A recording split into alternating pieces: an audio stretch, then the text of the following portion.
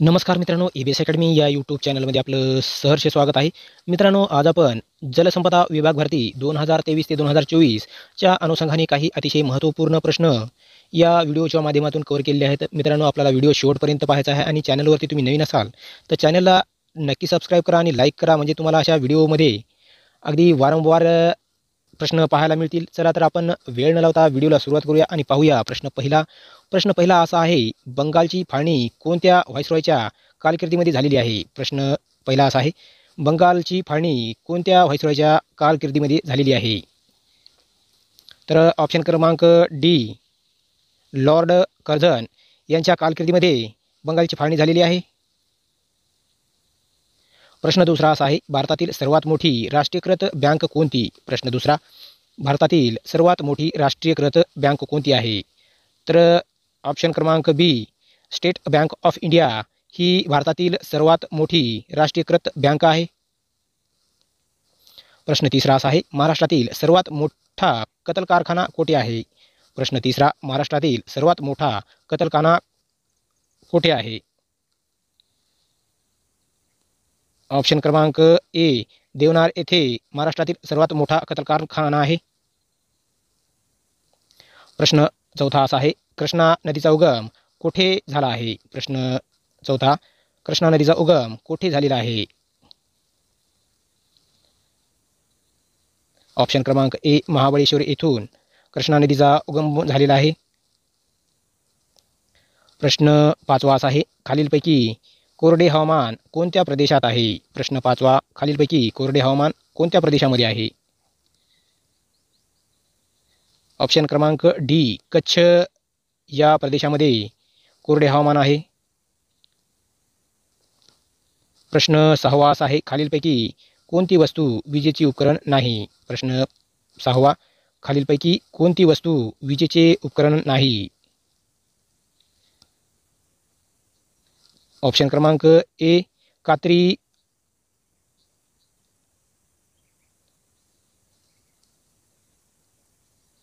प्रश्न सातवा, कोणते तीर्थक्षेत्र गोदावरी नदीच्या काठी बसलेले आहे? प्रश्न सातवा असा आहे, कोणते तीर्थक्षेत्र गोदावरी नदीच्या काठी बसलेले आहे?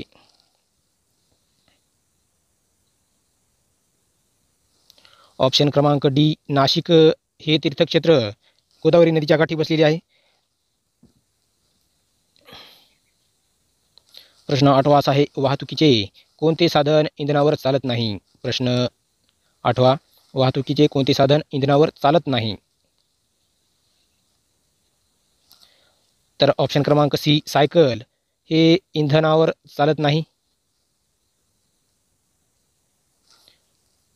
प्रश्न 9, खालीलपैकी कोणत्या पिकाला भरपूर पाण्याची गरज असते? प्रश्न 9, खालीलपैकी कोणत्या पिकाला भरपूर पाण्याची गरज असते?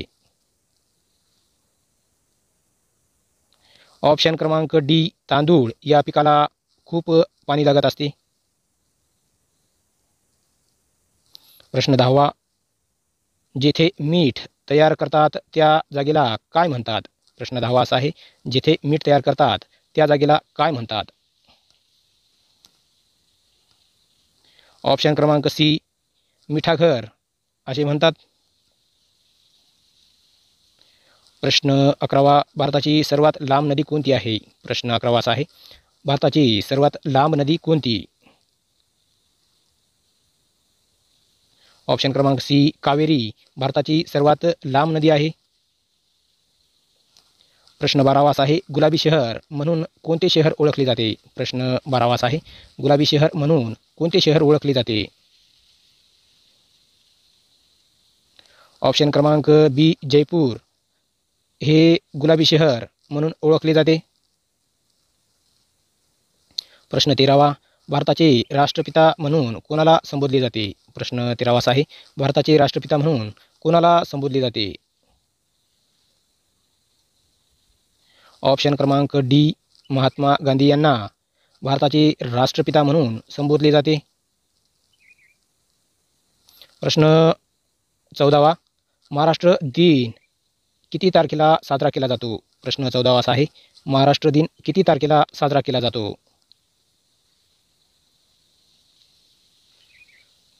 ऑप्शन क्रमांक बी 1 मे हा दिवस महाराष्ट्र दिन म्हणून साजरा केला जातो. प्रश्न 15. झाडाला नवीन पालवी फुटते व हवा हळूहळू उष्ण होऊन लागते तो ऋतू कोणता? प्रश्न 15 असा आहे. झाडाला नवीन पालवी फुटते व हवा हळूहळू उष्ण होऊ लागते तो ऋतू कोणता? ऑप्शन क्रमांक डी वसंत. प्रश्न 16 असा आहे. भारताचे सर्वात जास्त आर्थिक उलाढाल असलेल्या शहराचे नाव काय आहे? प्रश्न 16. भारताची सर्वात जास्त आर्थिक उलाढाल असलेले शहर कोणते आहे?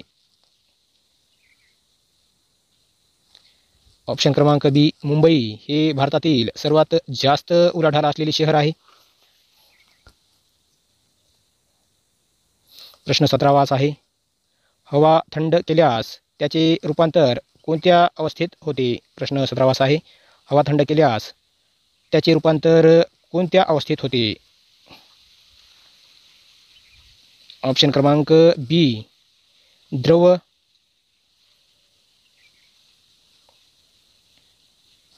प्रश्न 18. लोणार सरोवर कोणत्या जिल्ह्यामध्ये आहे? प्रश्न 18 आहे. लोणार सरोवर कोणत्या जिल्ह्यामध्ये आहे? ऑप्शन क्रमांक डी बुलढाणा या जिल्ह्यामध्ये लोणार सरोवर आहे. प्रश्न 19.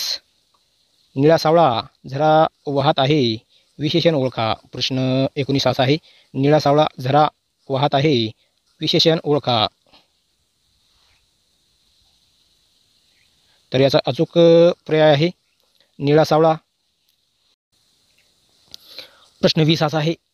ध्वनीचा वेग सर्वाधिक कोणत्या अवस्थेमध्ये असतो? प्रश्न 20. ध्वनीचा वेग सर्वाधिक कोणत्या अवस्थेमध्ये असतो? ऑप्शन क्रमांक डी स्नायू हा सर्वाधिक ध्वनीचा वेग असतो. प्रश्न 21. घटना समितीची स्वीकृत निशाणी खालीलपैकी कोणती होती? प्रश्न 21 असा आहे. घटना समितीची स्वीकृत निशाणी खालीलपैकी कोणती होती? ऑप्शन क्रमांक बी हत्ती हा घटना समितीची स्वीकृत निशाणी होता. प्रश्न 22. शिवाजी विद्यापीठाचे मुख्यालय खालीलपैकी कुठे आहे? प्रश्न 22 असा आहे. शिवाजी विद्यापीठाचे मुख्यालय खालीलपैकी कुठे आहे? ऑप्शन क्रमांक बी कोल्हापूर येथील शिवाजी विद्यापीठाचे मुख्यालय आहे. प्रश्न 23.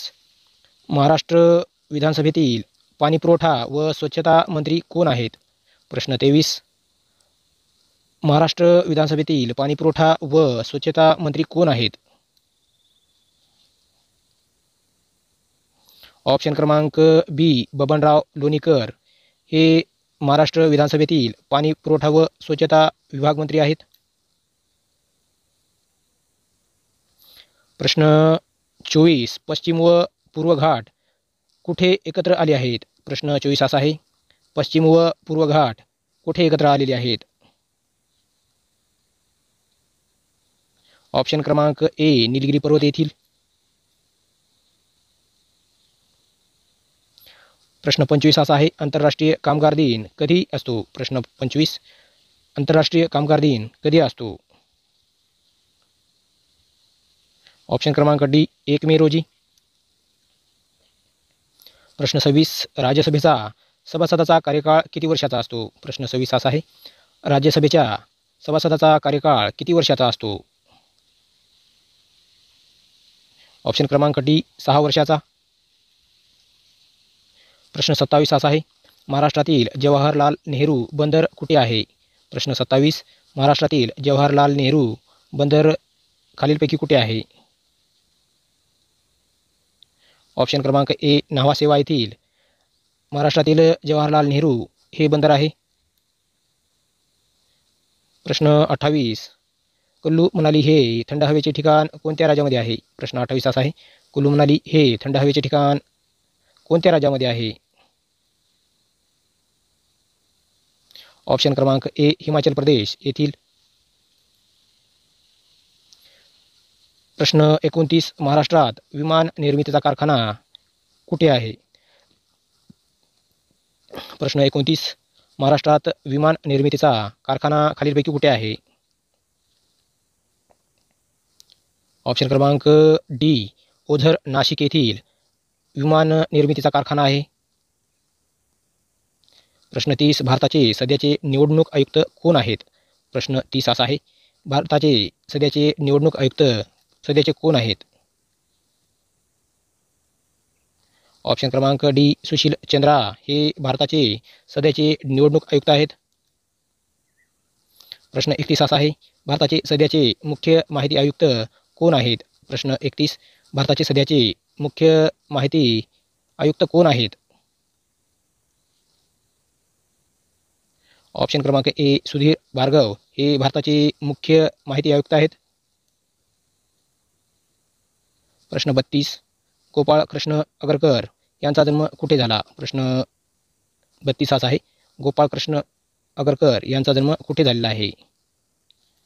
तर अचूक पर्याय ऑप्शन क्रमांक ए, टेबू येथील. प्रश्न 33 असा आहे, केल्पर 1358वी बाह्यग्रह कोणत्या साली शोधाला गेला होता? प्रश्न 33, प्लेयर 1658 बाह्यग्रह कोणत्या साली शोधाला गेला होता? तर ऑप्शन क्रमांक ए, डी, 2011च्या या साली.